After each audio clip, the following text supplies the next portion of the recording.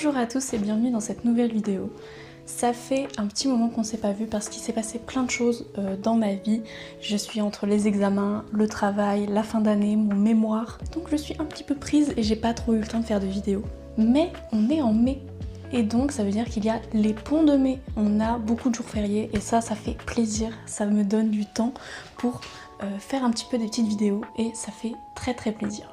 Aujourd'hui on se retrouve pour une vidéo plutôt simple, ça va être mes prochaines lectures et pas ma pile à lire de printemps parce que je pense que je ne tiendrai pas ma pile à lire de printemps. Parce que le printemps c'est déjà fini dans un mois et il me reste tout ça à lire.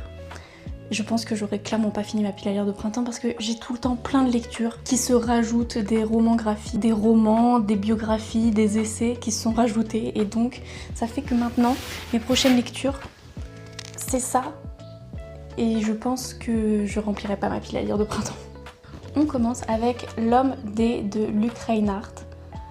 Donc c'est un livre que j'ai failli DNF parce que le début m'a semblé très étrange, mais le principe m'intrigue quand même. Je suis pas beaucoup avancée, je suis à la page 90, mais je pense le reprendre parce que, comme je disais, le concept m'intrigue. Donc le but, c'est qu'en fait, on suit un psychiatre qui a une vie un peu morne, un petit peu morose, et il décide de faire les choix de sa vie grâce à un lancer de dés. S'il fait par exemple 6, il va au supermarché, s'il fait 5, il va au cinéma.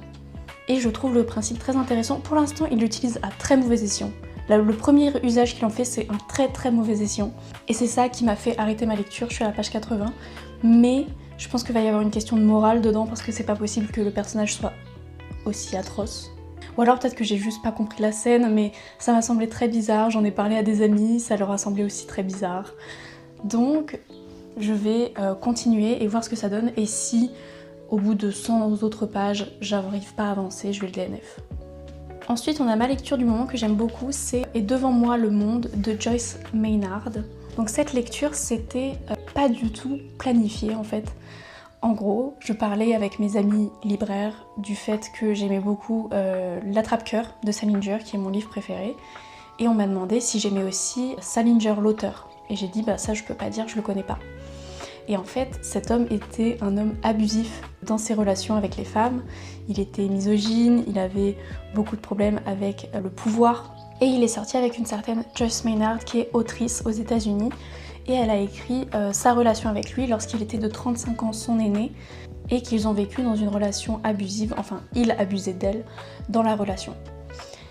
Et elle a essayé d'en parler, donc elle a écrit un ouvrage, elle a essayé d'en parler aux États-Unis, mais elle a été réduite au silence en fait.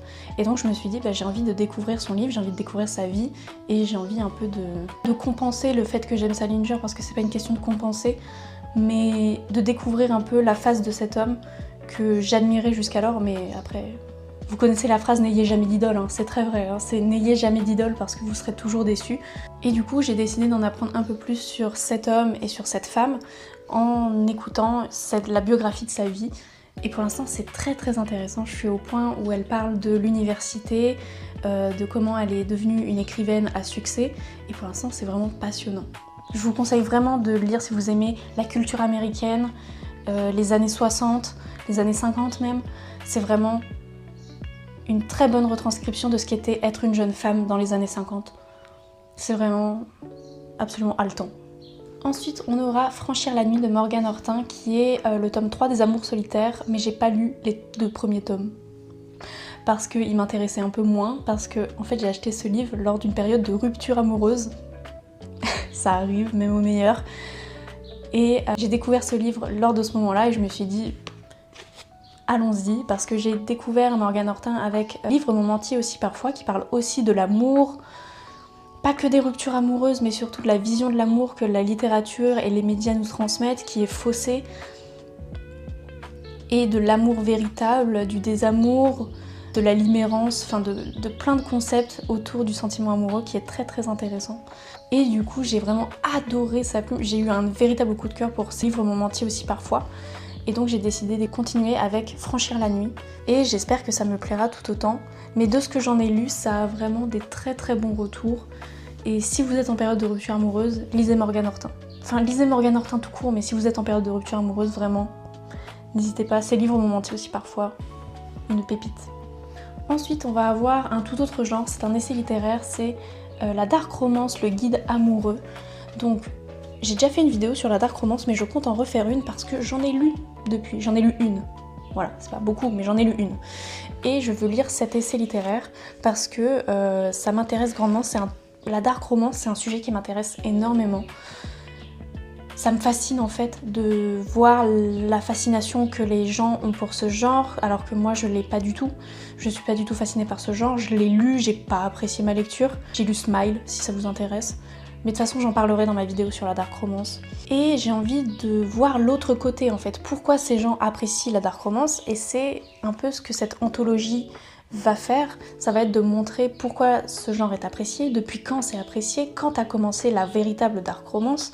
Je crois qu'il parle même de La Belle et la Bête dedans, ce qui est vraiment très intéressant.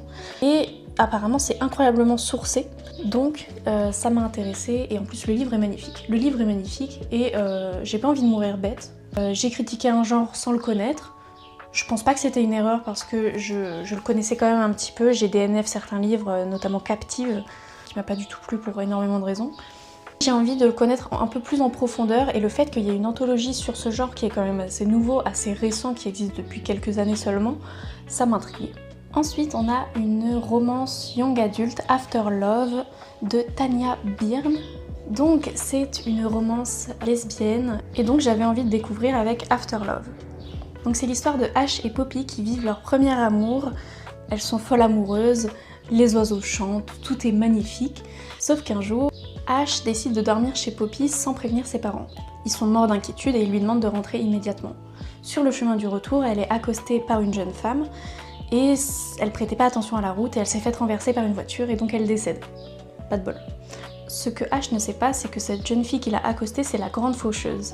Et qu'en l'accostant et en la faisant décéder, elle devient grande faucheuse à son tour. Donc Ash devient la grande faucheuse.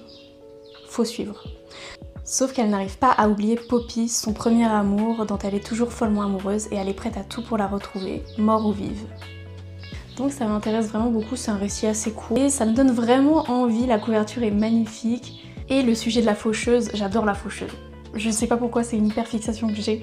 La faucheuse, c'est un sujet qui me passionne. Déjà dans Immortality et Anatomy a Love Story, j'avais adoré l'idée de la faucheuse. Mais alors là, ça me donne encore plus envie, surtout quand la faucheuse est représentée par des personnages féminins. Ça me donne envie de m'identifier encore plus. Et voilà, je suis juste hyper excitée de découvrir ce roman. Ensuite, on a Loveless de Alice Oseman.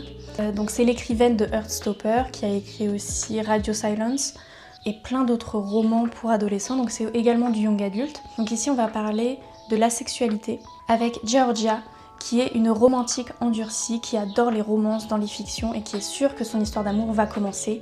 Le problème, c'est qu'elle ne sait pas quand. Elle n'est jamais tombée amoureuse et elle se demande si un jour elle va finalement tomber sous le charme de quelqu'un.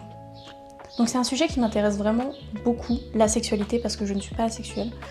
Et du coup c'est un sujet sur lequel j'aimerais m'intéresser, et ça se trouve je me trompe complètement et ça va pas parler d'asexualité.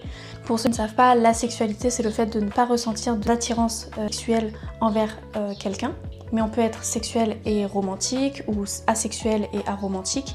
Aromantique c'est le fait de ne pas ressentir de sentiments romantiques envers qui que ce soit. Et donc c'est un sujet qui m'intéresse grandement, et ça se trouve, je me trompe complètement et ça va pas parler de ces sujets-là. Mais en tout cas, je suis assez curieuse et j'ai hâte de découvrir. Et enfin, on a Franck Tillet, 1991. Donc on retrouve notre enquêteur Franck Charcot. Si vous lisez du Franck Tillet, vous savez à peu près qui est Franck Charcot. Et il débarque au 36 quai des Orfèvres pour mener sa première enquête. Entre 86 et 89, 3 femmes ont été enlevées et ont été retrouvées mortes et mutilées dans des champs.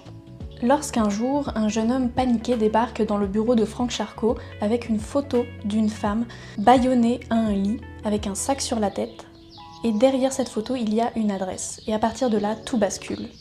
Donc j'aime bien l'écriture de Franck Tillet, son dernier m'a déçu, pas son dernier en date, le dernier que j'ai lu, Puzzle de Franck Tillet, m'a déçu. Mais j'avais beaucoup aimé Syndrome E, j'avais vraiment eu un coup de cœur pour ce thriller, mais c'est vrai que Puzzle m'a déçu, donc j'ai un peu hâte de retrouver Franck Charcot, parce que je pense que c'est un peu une valeur sûre, et de le découvrir à ses débuts lorsqu'il n'était pas un homme vieux et aigri, ça peut être intéressant je pense. Donc voilà, c'est tout pour cette vidéo. J'espère que cette vidéo vous aura plu. Moi, ça me plaît toujours autant de faire des vidéos, de créer. C'est vraiment ce qui me fait vibrer le plus, je pense. Donc ici, je vous mets mon Instagram où je poste des photos de livres que je lis actuellement, mes coups de cœur, ce que je n'ai pas aimé, ce que j'ai aimé, des posts thématiques aussi. Et ici, je vous mets mon Spotify où je parle de tout sauf de livres. En tout cas, moi, je vous dis à une prochaine fois. Bye!